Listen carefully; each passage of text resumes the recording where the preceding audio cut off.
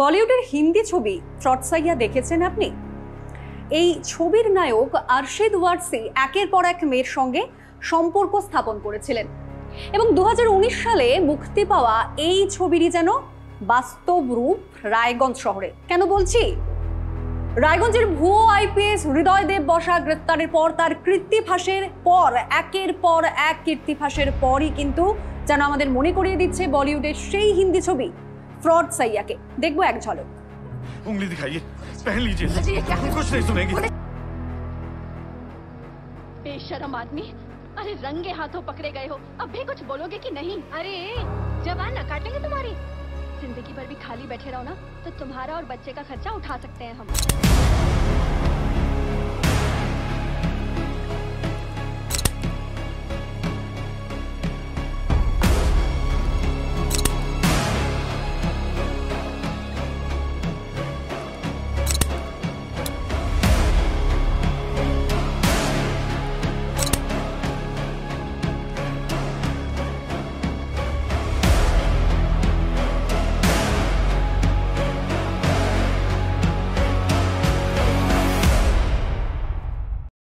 রায়গঞ্জে গ্রেফতার হৃদয় দেব বসাকের বিরুদ্ধে বিস্ফোরক মন্তব্য তার অপর এক স্ত্রীর।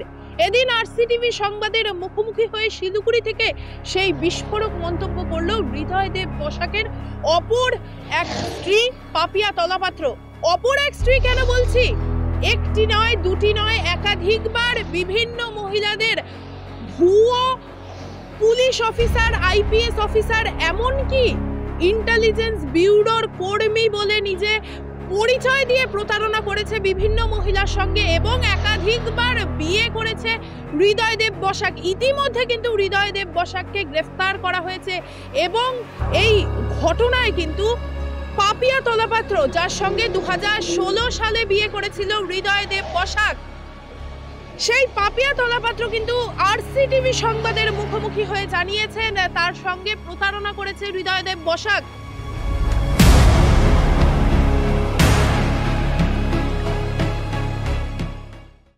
রায়গঞ্জে শম্পা দাসের সঙ্গে বিয়ে হওয়ার পর শম্পা দেবীকে শারীরিক নির্যাতন চালানো হৃদয় দেব বসাক গ্রেফতার হতেই উঠে আসছে একের পর এক চাঞ্চল্যকর তথ্য।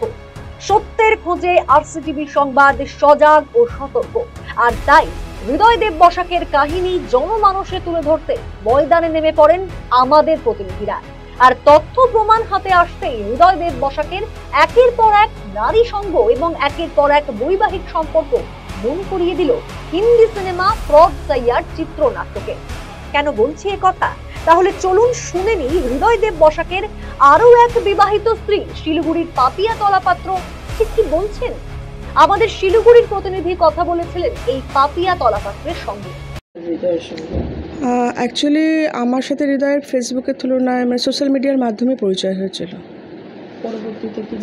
পরবর্তীতে ফেসবুকের মাধ্যমে পরিচয় হয়, তারপরে কথাবার্তা হতে হতে তো জাস্ট বন্ধুত্ব যেটা হয় আর কি, বন্ধুত্ব হয়েছিল। তারপরে তো আমার বাড়ির লোক কিছুতেই, মানে ও যেহেতু ওর কথাবার্তা আইভি রতে আছে, এই সেই অনেক এসব বলার পর ওর শিলিগুড়িতে বাড়ি আছে, বাড়ির ওর মা আবার ফট করে বলছে ওর মাসি নাকি আইপিএস অফিসার, মানে এরকমভাবে আমাকে বলতো। আর সত্যি কথা বলতে কি ওই পিরিয়ডে আমি সত্যি বোকা ছিলাম। আমি তখন প্রেমের মধ্যে ছিলাম, ভালোবাসতাম। আমি শুনিনি, আমি ওদের এগেনস্টে গিয়ে বিয়েটা করি মন্দিরে। রায়গঞ্জে গ্রেফতার হওয়া ভুয়ো আইপিএস হৃদয় দেব বসাক 2016 সালে বিয়ে করেন শিলিগুড়ির মাটিগাড়ার বাসিন্দা পাপিয়া তলাপাত্রকে এবং তাদের একটি কন্যা সন্তানও জন্মগ্রহণ করে। এবং সেই বিয়ের পর আরো এক মহিলাকে নিয়ে চম্পট দেওয়ার সময়ই পুলিশের হাতে ধরা পড়ে হৃদয়। তারপর চলুন দেখেন।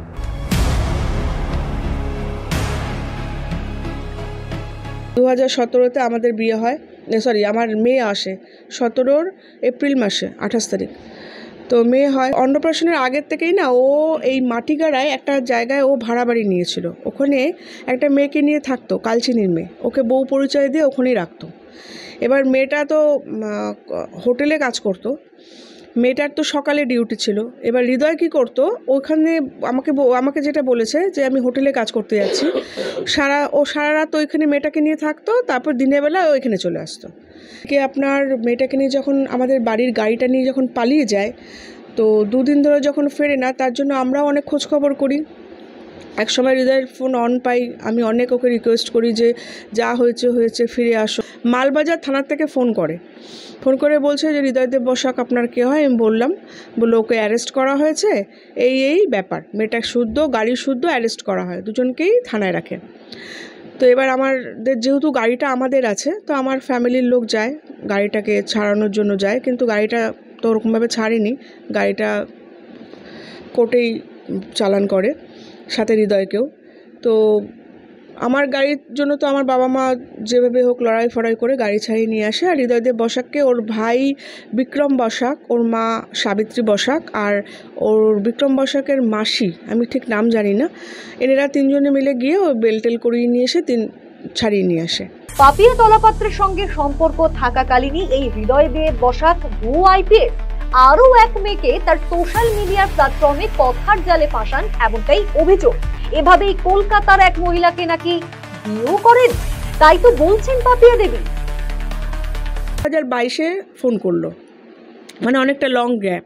2022-এ ফোন করলো, করার পর আমাকে বলল যে এরকম আমি একজনকে ভালোবাসি, তো প্রেরণা তিওয়ারি, তো আমি ওকে বিয়ে করতে চাই। তা আমি বললাম যে তোমার যদি বিয়ে করার হয় তো তুমি করো, কারণ তোমার সাথে তো আমার থাকা পসিবল না, হ্যাঁ, তোমার মতন একটা বাজে ছেলের সাথে। তোমার যদি বিয়ে করার হয় করো, তুমি আমার সাথে ডিভোর্সটা নিয়ে নাও, আর মেয়ের জন্য কী চিন্তা ভাবনা করছো সেটা বলো। তো আমাকে বলল যে মেয়ের জন্য ঠিক আছে, ডিভোর্সটা নিয়ে নেবো, আর মেয়ের জন্য আমি এককালীন একটা অ্যামাউন্ট দিয়ে দেবো। তা আমি বলছি কী দেবে, তুমি কী অ্যামাউন্ট দেবে সেটা তুমি তাহলে করে নাও, সেটা তুমি আসো, এসে কোর্টে করো। ওই পেলে প্রেরণা তিওয়ারি আমার সাথে কথা বলতো, ডিভোর্সটা নাও, ডিভোর্সটা তুমি আসো, মানে প্রেরণা বলতো তুমি কলকাতায় আসো, এসে মিউচুয়াল ডিভোর্সটা করে যাও। তা আমি বলছি আমার বিয়ে হয়েছে এখানে, আমার বাচ্চা এখানে, আমার ফ্যামিলি এখানে, আমি হৃদয়কে তো কলকাতায় বিয়ে করিনি, তাহলে আমি কেন কলকাতায় যাব? এ তো গেল 2 নারীর কথা। এবার আপনাদের একটি টেলিফোনিক কথোপকথন শোনাবো, কিভাবে বর্ধমানের আরও এক মহিলাকে বিয়ে করেছিলেন এই হৃদয়দেব বসাক। কিন্তু তার আবেদন মেনে তার নাম ও কথোপকথন সবটা আমরা প্রকাশ করছি না। তবে কেন তিনি এখনো আতঙ্কিত, কেন তিনি তার বক্তব্য প্রকাশ্যে আনতে চান না, তা বোঝানোর জন্য ওই মহিলা আমাদের প্রতিনিধির সঙ্গে কথোপকথনে কি আশঙ্কা প্রকাশ করেছেন, সেই অংশটুকুই শুধু আপনাদের সামনে রাখছি। আমার সাথে ওর মোটামুটি এপ্রিল মাসে আমাকে একদিন হঠাৎ করে ইমোতে কল করে বলে যে তুমি কোথায় আছো বলো, আমি তোমার সাথে দেখা করতে চাই, আমি বাইরে থেকে এসেছি এখানে। আমি জানতাম না যে ও সম্পার সাথে বিয়ে করেছে। তখন আমি বলি না, আমি কি তোমার সাথে দেখা করবো, তুমি নাই আমায় বিক্রি করে দেবে, আর নাই আমায় মেরে ফেলবে, এই দুটোর মধ্যে তুমি করবে, আমি তো তোমার সাথে আমি দেখা করবো না। আমি রেকর্ডিংটা সম্পাকে পাঠিয়েছি। এটা কবে মানে এই বছরেই? হ্যাঁ, এই বছরেই, সম্পার সাথে থাকাকালীনই, এই এপ্রিল মাসের কথা বলছি। আপনি সম্পার সাথে যে সম্পর্ক আছে এটা কবে জানতে পারলেন? এটা তো সোশ্যাল মিডিয়ার মাধ্যমে জানতে পারলাম। ও যে অ্যারেস্ট হয়েছে সেটা আপনি জানেন? হ্যাঁ, শুনেছি, সবই দেখেছি, খবর দেখেছেন। কি চাইছেন? এই যে এখন ও অ্যারেস্ট হলো, পুলিশের হেফাজতে রয়েছে, ওকে কেউ কিচ্ছু করতে পারবে না। ওর পেছনে লোক আছে, ওর বাবা মা ভাই তো আছেই, আর এমন কেউ একজন পুলিশ আছে বা কেউ আছে, আমি এটাই জানি, যে যার জন্য সবকিছু করে বেরিয়ে চলে আসে। কারণ ও নিজে পুলিশের গাড়ি নিয়ে ঘোরে, ওর কাছে পুলিশের আইডেন্টি আছে। কোনো পুলিশ মানে সব পুলিশের সাথে ছবি তোলা করা, তাহলে পুলিশরা তো কিছুটা অন্তত সন্দেহ করতো, ওকে কিছু করেছে আজ অব্দি। আমি সাধারণ মানুষের কি করবো ওকে? তাহলে বুঝলেন তো কেন এত ভীত সন্ত্রস্ত এই বর্ধমানের মহিলা। এই হৃদয়দেব বসাক নাকি নীলবাতি লাগানো গাড়ি নিয়ে ঘুরে বেড়াতেন। কিভাবে প্রশাসনের সান্নিধ্য ছাড়া নীলবাতি লাগানো গাড়ি নিয়ে ঘুরে বেড়াতেন এই হৃদয়, প্রশ্ন আমাদেরও। শুধু একাধিক বিয়েই নয়, চাকরি দেওয়ার নাম করে মোটা টাকাও তুলতো এই গুণধর কীর্তিমান হৃদয়দেব বসাক। রায়গঞ্জে পুলিশি হেফাজতে থাকাকালীন একাধিক সরকারি সিল উদ্ধার হয়েছে তার কাছ থেকে, যার মধ্যে রয়েছে reserve bank of India, ministry of defence নামে দেশের গুরুত্বপূর্ণ সিল। এরপরেও বহাল তবিয়তে কি করে ঘুরে বেড়াতে পারেন এই কীর্তিমান হৃদয়দেব বসাক? কারা যুক্ত রয়েছেন হৃদয়ের এই প্রতারণা চক্রের সঙ্গে? কি বলছেন পাপিয়া তলাপাত্র, মানে হৃদয়ের বিবাহিত আরেক স্ত্রী? শুনবো। কিন্তু এর সাথে সাথে আমি শুধু একে একা দোষ দেব না, এর বাবা মা ভাই তিনজনে যতই বলুক ছেলের সাথে সম্পর্ক নেই, আমাদের ত্যায্যপুত্র হয়ে গেছে, এগুলো সব ফলস, ফ্রড। ওরাও ফ্রড, ওর ছেলেও ফ্রড, ফুল ফ্যামিলি ফ্রড। তাহলে বুঝলেন তো কেন ওই হিন্দি ছবির প্রসঙ্গ টেনে এনেছিলাম? সেই হিন্দি ছবির চিত্রনাট্যের সঙ্গে বাস্তব কাহিনীর মিল পাচ্ছেন তো? একাধিক বিয়ে করেছে হৃদয়দেব বসাক। শিলিগুড়িতে যেমন পাপিয়া তলাপত্রর সঙ্গে প্রতারণা করেছে হৃদয়, তেমনি কিন্তু কলকাতারও মহিলাকে বিয়ে করে এবং বর্ধমানেও বিয়ে করেছে বলে কিন্তু অভিযোগ করেন তার স্ত্রী পাপিয়া তলাপাত্র। ঘটনায় তিনি লিখিত অভিযোগ দায়ের করেছেন শিলিগুড়ির মহিলা থানায় এবং এই ঘটনায় কিন্তু আমরা যেটা আগেই জানতে পেরেছি, রায়গঞ্জে শম্পা দাসের অভিযোগের ভিত্তিতে গ্রেফতার করা হয়েছে হৃদয়দেব বসাককে। এই ঘটনায় বিস্ফোরক মন্তব্য করছেন তার অপর এক স্ত্রী, শিলিগুড়ির বাসিন্দা, শিলিগুড়ির মাটিগাড়া ব্লকের বাসিন্দা পাপিয়া তলাপাত্র জানিয়েছেন তার সঙ্গে প্রতারণা করেছে হৃদয়। তাকে পরিচয় দিয়েছে তিনি ইন্টেলিজেন্স ব্যুরোর কর্মী। আমরা কথা বলেছিলাম রায়গঞ্জ মেডিকেল কলেজের মনোবিদ সব্যসাচী মুখার্জির সঙ্গে। কি বললেন তিনি, শুনুন। এই ধরনের বৈশিষ্ট্য সাধারণত আমরা যে সমস্ত মানুষের মধ্যে দেখতে পাই তারা অ্যান্টি সোশ্যাল পার্সোনালিটি ডিসঅর্ডারের মধ্যে পড়ে। এদের ক্রিমিনাল কিছু অ্যাক্টিভিটিস বা ক্রিমিনাল ব্রেন সেটআপ থাকে, তারা সমাজের জন্য খুব ক্ষতিকারক এবং নিজের জন্য অবশ্যই ক্ষতিকারক। এরা নিজেদের ক্রিমিনালিটিকে কাজে করে অ্যান্টি সোশ্যাল অ্যাক্টিভিটিস বা অ্যান্টি সোশ্যাল পার্সোনালিটিকে কাজে লাগিয়ে সমাজের বিভিন্ন রকমভাবে ক্ষতি করে। এরা মিথ্যা কথা বলা, অ্যাটেনশনটাকে নেওয়া, এই ধরনের কাজ করতে খুব পটু হয়। এই ধরনের ব্যক্তিদের থেকে সমাজের প্রত্যেককে সচেতন হতে হবে। হুট করে যেন এই ধরনের কোনো ফাঁদে পা না দেয় সচরাচর, সেটা আমাদের দেখতে হবে। বিশেষ করে সোশ্যাল মিডিয়া এখন প্রত্যেকের ঘরে ঘরে ঢোকার একটা প্রাইভেসিটাও নষ্ট হচ্ছে। সেই জায়গায় যারা এই ফাঁদে পড়বেন বা যারা সোশ্যাল মিডিয়া ইউজ করছেন তাদের একটুখানি সংযম হতে হবে যে কে আমাকে অফার দিচ্ছে না দিচ্ছে সেগুলো আমাকে দেখতে হবে। এই ধরনের পার্সোনালিটি ডিসঅর্ডার যদি থাকে তাহলে এটা সত্যিই খুবই গুরুত্বপূর্ণ এবং খুব বিপজ্জনক আমাদের সমাজের জন্য।